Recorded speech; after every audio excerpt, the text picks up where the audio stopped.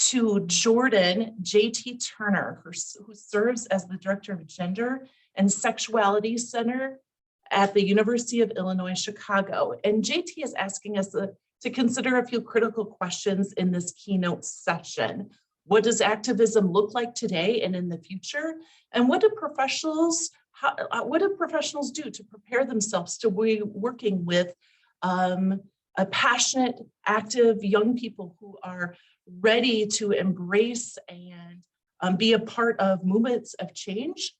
JT, we're ready to explore these questions with you and find out what we can do to make our environments more inclusive and success-driven and ready to receive people and be a part of this change. Great. Thank you so much. I'm going to share my screen and pull up the presentation really quickly. Perfect. Okay. Thank you so much for that introduction. And just thank you, Jill, for your work in putting this all together. I'm really excited to present on this topic. It's actually like my first time attending this conference, and I'm really enjoying it. So now I'll be a regular. Again, my name is JT Turner. I use they, them pronouns, and I'm going to dive right in because I have a lot that I'm hoping to cover. First, we'll start with the land acknowledgement, like some of my colleagues have done. For this land acknowledgement, I'm actually going to read from a book called Beyond Territorial Acknowledgements by Chasey Val-Mitis, and I hope I'm saying that name correctly. I always get nervous about that. If we think of territorial acknowledgements as sites of potential disruption, they can be transformative acts that to some extent undo Indigenous erasure. I believe this is true as long as these acknowledgements discomfit both those speaking and hearing the words. The fact of Indigenous presence should force non-Indigenous people to confront their own place on these lands. So some key words that kind of stand out to me from this passage is potential disruption, transformative acts, so this idea that we can have transformative practices, Indigenous erasure, right? So the idea that Indigenous folks, other marginalized folks are here, but often systematically erased. And then discomfort. And what's funny about that discomfort word is sometimes I include this land acknowledgement in workshops, and I'll have a volunteer kind of raise their hand to read it. And they'll get to that word and they'll think it was a typo, right? And they'll kind of stutter over it. And it's like this, and that's the point, right? The idea is that there's some tension when we read these land acknowledgements. When we think about our presence on these lands.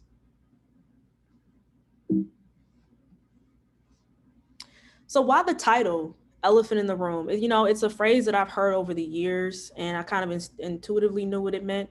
But for sake of this workshop, I Googled it. So I'm going to give you all the definition from the first definition that popped up when I Googled it.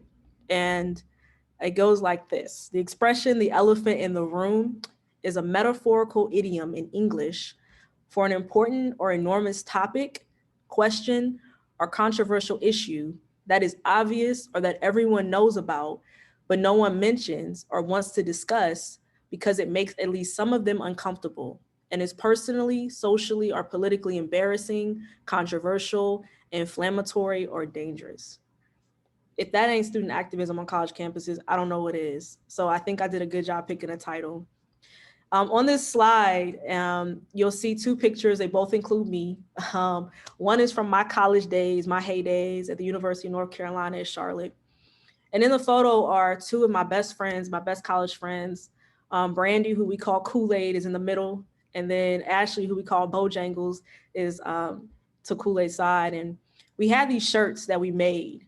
And it was during pledging season at the college. And so people were like trying to figure out what sorority or fraternity they wanted to join.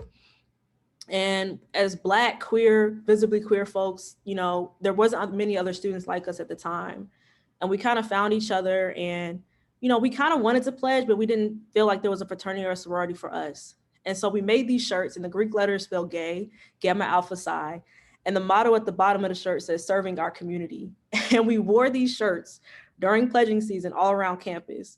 And at first it started as a joke, but then people started to ask us questions, and it was like a conversation starter. And administration started to ask us questions when they see us on campus. Now, I wouldn't have considered myself a student activist at the time, But what I appreciate about this photo is it reminds me that students do the best with what they have, where they are, and they apply in the best ways they can to serve their communities. And so maybe in a way, this was a form of protest or resistance, right? And so then when you look at the headshot of me on the left, on my left, it's still the same person, but I think that I'm often reminded of this photo of me when I was in college, when I'm working with students, right? Because my values around supporting student activists are very much aligned with my own experience as a student and wanting someone who would stand up for me and advocate for me and work alongside me to create the kind of campus that I felt welcome and affirmed at.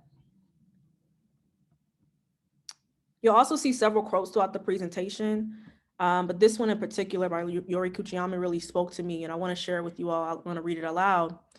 Remember that consciousness is power. Consciousness is education and knowledge. Consciousness is becoming aware. It is the perfect vehicle for students. Consciousness raising is pertinent for power and to be sure that power will not be abusively used, but used for building trust and goodwill domestically and internationally. Tomorrow's world is yours to build. I just really love that quote. In this slide, you see some photos, and I'm going to kind of talk about them because these are actions that you might be seeing on your college campus or have seen on your college campus.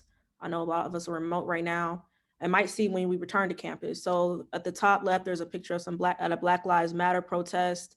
You see all these folks in the street holding up signs. Some of them read Black Lives Matter. I think one says something about defunding the police. Then to the side of that photo is students at BYU, which is a religiously affiliated institution. And it's students protesting for LGBTQ inclusion, against LGBTQ discrimination at their university. And they have signs that say respect existence, God is love, right? On the bottom half, you see a photo of some students at graduation. On their caps, they have the Title IX numbers. And then beside that photo is students at Brandeis University at a rally they had, and they're holding up a sign that says, injustice is not investment. And they're protesting the university's engagement with fossil fuel companies. Now, some actions that you might not have heard of from a historical standpoint are illustrated on this slide. I'm going to kind of talk about them. At the top left is a photo from Kent State University. I have some notes here. May 4th, 1970 at Kent State University, members of the Ohio National Guard fired into a crowd of Kent State University demonstrators, killing 4, wounding 9 Kent State students. This was in reaction to anti-war student protests. The event triggered a nationwide student strike that forced hundreds of colleges and universities to close. Okay. Then beside that photo is students at the U of I, the University of Illinois, in the mid-1970s, protesting the lack of response by government officials and police in Atlanta, Georgia, to find the dozens of missing Black children and young adults in the city. So what's significant to me about both of these is that these are folks, students, activists, reacting to things that are happening nationally and or reacting to things that are happening in parts of the country that they don't even live in, right? So it really shows that student activists are very connected. It's a very interconnected kind of community. So Kent State, this happened, and then you have students all over the country responding and protesting on behalf of these students, right? At U of I, they're protesting something that's happening in Atlanta, Georgia, but they also recognize that what's happening in Atlanta also affects them in Illinois, right? On the bottom half of the slide, there's a memorial for an organization called White Rose, and it's a group of college students in Germany in the early 1940s who facilitated a leaflet and graffiti campaign calling for the opposition of the Nazi regime. 4 of the student leaders were tried and executed for their activities, right? So this is happening in another part of the world, right? So again, this is not just nationally, but we have seen student activism globally for decades. And then beside that photo is the Yellow Umbrella Movement, college students in Hong Kong. It started in 2014, and the name arose from the use of umbrellas as a tool for passive resistance to the Hong Kong police use of pepper spray to disperse the crowd during a 79-day occupation of the cities demanding more transparent elections, right? So college students, internationally, different points in time, protesting, organizing around issues that are not necessarily happening on their college campus, but are affecting their college campus because colleges are a part of society, right? And so activism doesn't just happen, student activism, there's also community activism our students are participating in.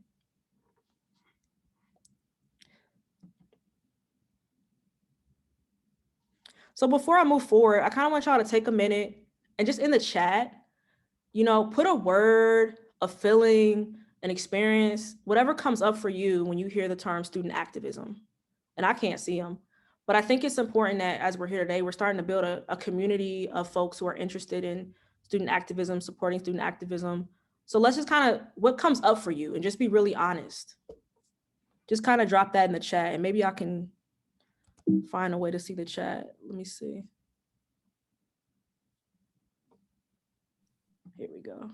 JT, I can read some of those because I think when you're screen sharing, you might not be able to see them. And there are a lot of comments coming in. Right. Empowerment, powerful, complicated, passion, 1968, listen, hopeful, exciting, be the change, engagement, imperative, necessary, connect, change, hopeful, not enough, risk, passionate, social change, invigorated, positive disruption, future, unity, struggle, experience, disruption, positive influence, voice, self-interest. Where do we go from here? Nice. That's perfect. Thank you all for sharing. So student activism over time, just a little bit more history, so I think it provides an interesting context. So in the 1960s, 28% of college students reported participating in a demonstration. In the late 1970s, that had dropped to 19%. We can make some implications as to why, but I won't, but it dropped. And then by the early 1990s, participation in demonstrations had gone back up to almost to the level of the 1960s, right? In the 90s, we found that 73% of undergraduates believed that an individual could produce societal change. I'd be really curious to see where that statistic is now with our college age students, right? So what we know about history is that over time, students have found different ways to participate in activism. So this generation of college university students is kind of going beyond the conventional means like voting, you know, engaging with politics, and they're really choosing to engage with community service and activism. And we saw a spike in that is in the early 2000s. And while activism, the mechanisms might look different now for students. So like students might not be like doing sit-ins in buildings as much or, you know, at restaurants, like we saw them during the civil rights movement, for example. They're still very interested in the same issues. The issues in some ways haven't really changed, right? And we know that. They've just kind of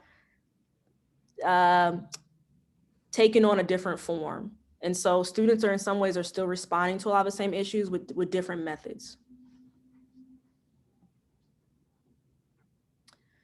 So what is the college's response to student activism? So Peter Schmidt in the Chronicle wrote an article. I'm gonna read a few statements from it that really stood out to me.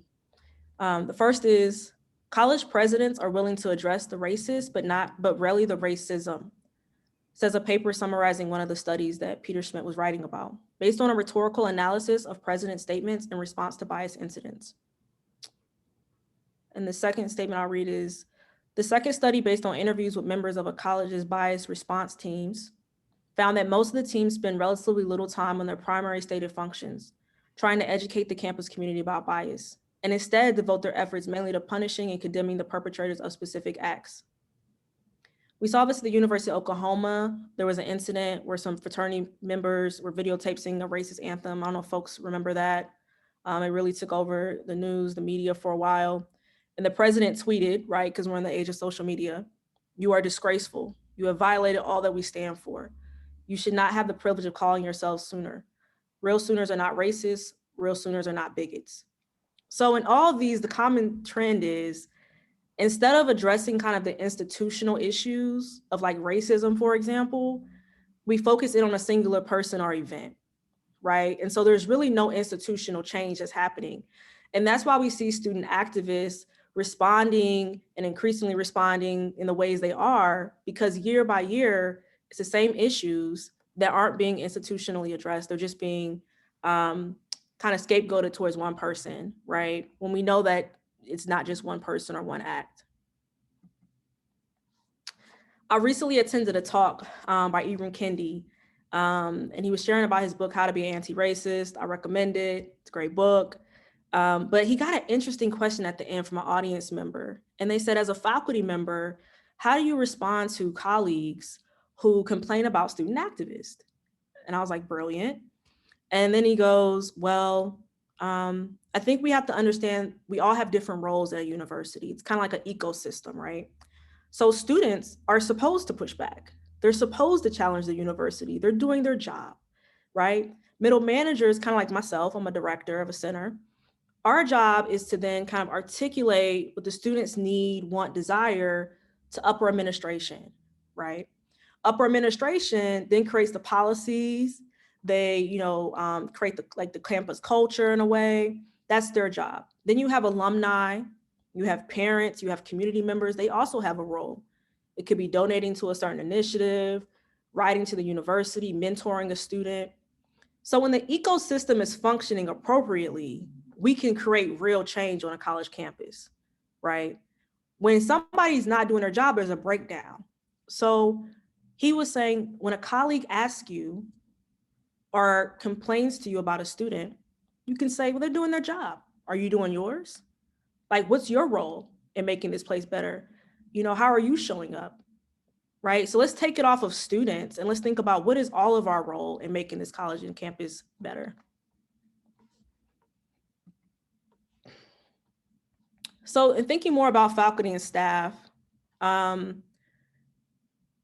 pulled some quotes from another article, and I love some of the things that were coming up for faculty and staff. And a lot of this reads as faculty, but is very applicable to staff as well. Unfortunately, the research doesn't really focus on staff. So if anybody's looking for a dissertation topic or something, go with that, because staff play a huge role in supporting student activists, but often aren't written about or talked about.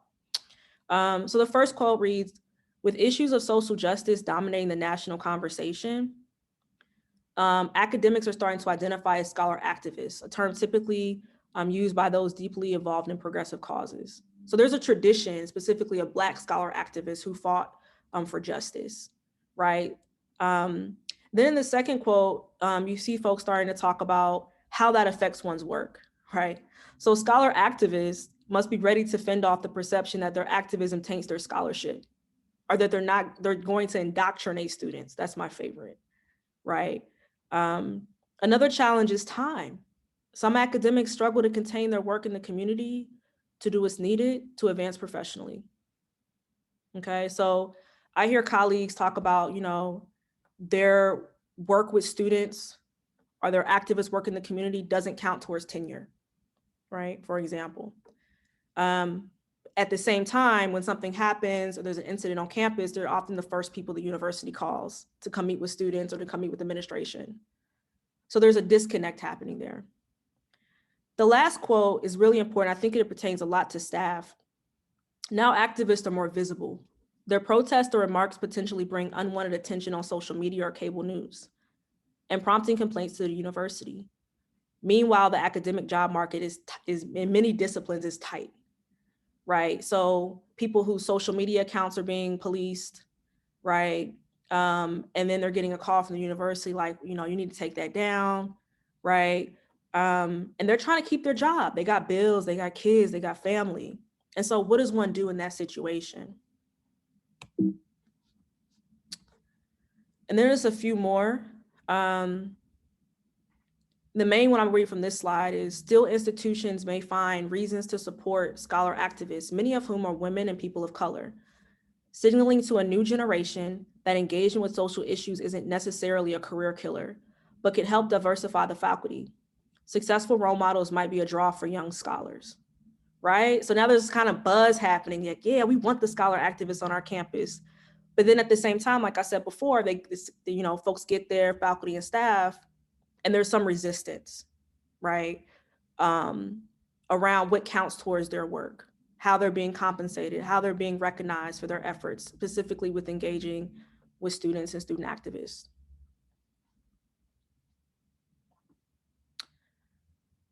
So I want to talk about some considerations moving forward, which kind of came up when you all were dropping things in the chat.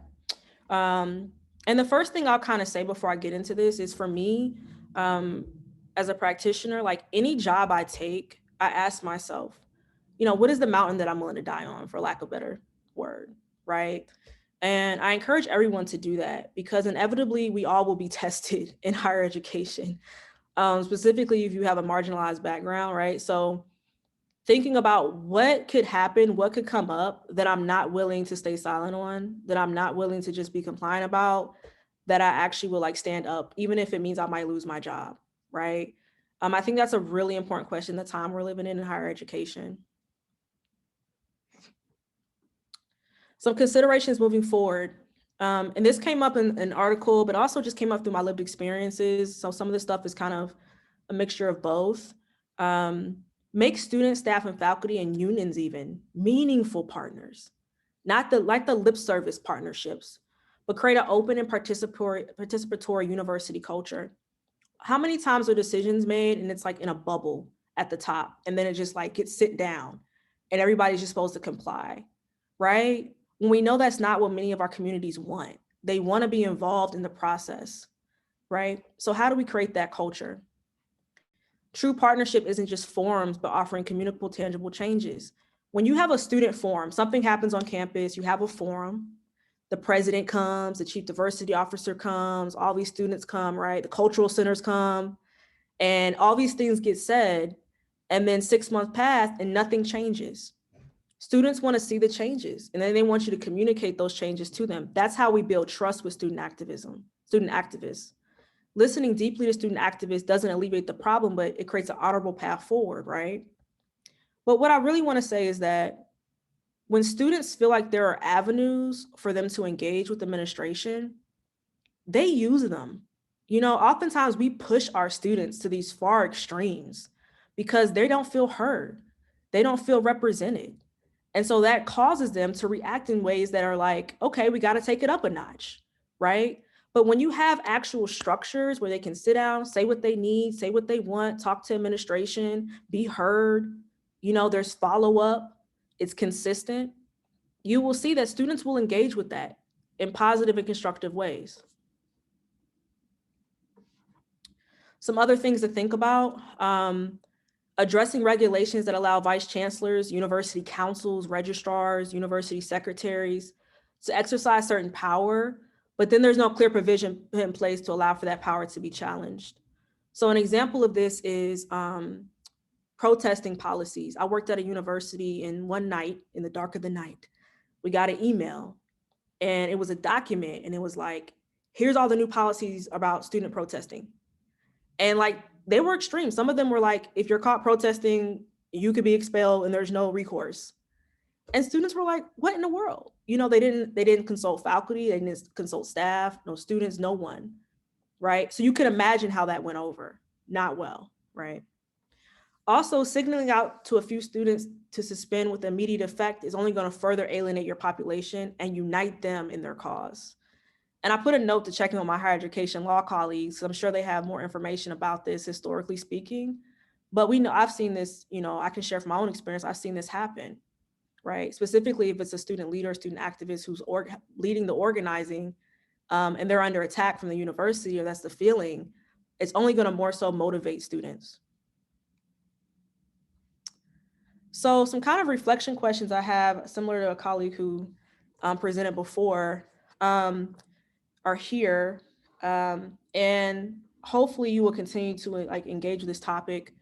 But think about who's involved with activism on your campus, because oftentimes we think it's so many students. It's usually not. It's usually a handful of students, and that includes conservative students, right? We often think of social activism as like just a progressive thing, but we see like conservative student organizations are mirroring progressive organizing on college campuses as well. And then what impact is that having on students academically, emotionally, and socially? I've known students who the university will let them burn themselves out. They will let them fail all their classes, and then they will gladly usher them out of the university. Versus saying, We see that you're a student activist. We want to support your work. How do we do that and also support you academically, emotionally, and socially at the same time? Because we want you here, right? We're not waiting for you just to crash and burn. Which student activists are tokenized by administration? There's always that one student that the president loves. They call into every meeting because they're respectable, they're palatable, right? And that makes the student feel good. They're like, I'm in the president's office. What up, right? And they're like, I'm not giving this up. This can help me in a lot of ways. But that respectability politics hurts so many other students. We can't play those games with students, right? All the work is important. They all matter, and they all should be heard, and their needs should be taken seriously. How is student activism co-opted on your campus, right? The appearance versus the reality. UC Berkeley is notorious for this. It's not me saying that. You have folks at UC Berkeley who say this. They're seen as like the beacon of everything diversity. But on campus, you'll have students who have a very different perception. So am I at time here? What time is it? Yeah, I got a couple more minutes. I just want to end by talking a little bit about how universities respond to student activism, right? And so there was an incident at Dartmouth where students were protesting. They went through the library, predominantly students of color, and they started saying things to the white students in the library that was just like mean and just like really trying to get them agitated. And the idea was that they would make everyone want to leave the library and the library would close. And there was a huge backlash. I mean, white students, particularly on campus, like were really upset. There was like bias incident reports that were submitted, and all those things should be taken seriously. But the quote that I really appreciate from the article by Blake Neff, the protest was meant to shut down the library. But whatever discomfort that many white students felt in the library is a fraction of the discomfort that many Natives, Blacks, Latina, and LGBTQ people feel frequently, right? And then that Monday night, the second quote talks about a Monday night community discussion at the school's Black Affinity dormitory. And the vice provost for student affairs apologized to the protesters, not the students being harassed, because she recognized there was so much hostile coverage of their protest, right?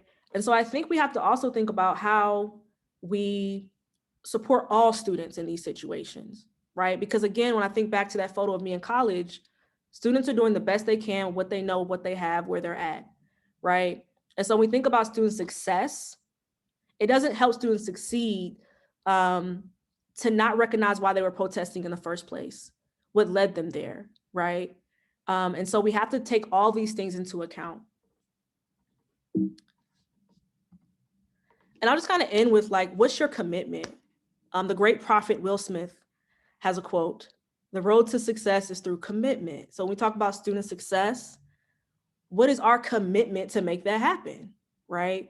And in terms of student activism and organizing, that is the area that I think we still have a lot of work to do around our commitment. So I hope that you all will leave today thinking about a commitment you can make, whether it be on your college campus, in your classroom, if you're a faculty member, in your community, if you're a community organizer, that can continue to help us get to a place where like all students and activists, student activists and organizers can be successful on campus and beyond. Thank you. And I'm going to stop sharing my screen.